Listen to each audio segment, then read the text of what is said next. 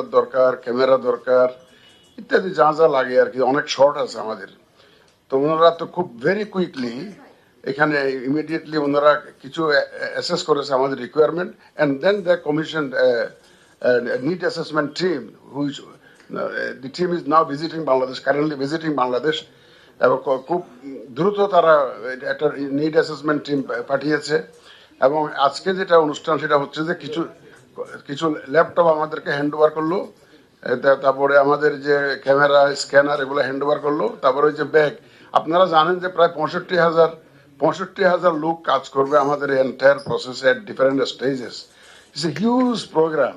65,000 people will be mobilised in this voter registration process. It's a huge exercise, huge program.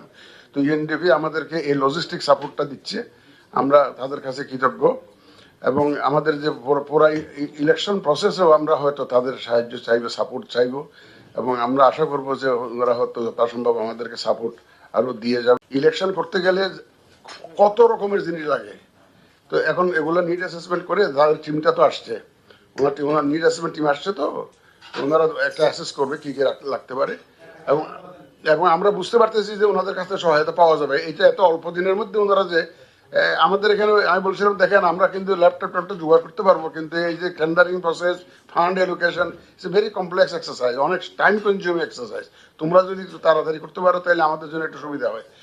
ওনারাও তো বিদেশ থেকে নিয়ে আসছে, লোকালি অনেক কিছু পাওয়া যাচ্ছে না লোকাল মার্কেট থেকে, তারপরে ওনারা বিদেশ থেকে এগুলা প্রকিউর করেছে, আমাদেরকে এটা দিচ্ছে আর কি।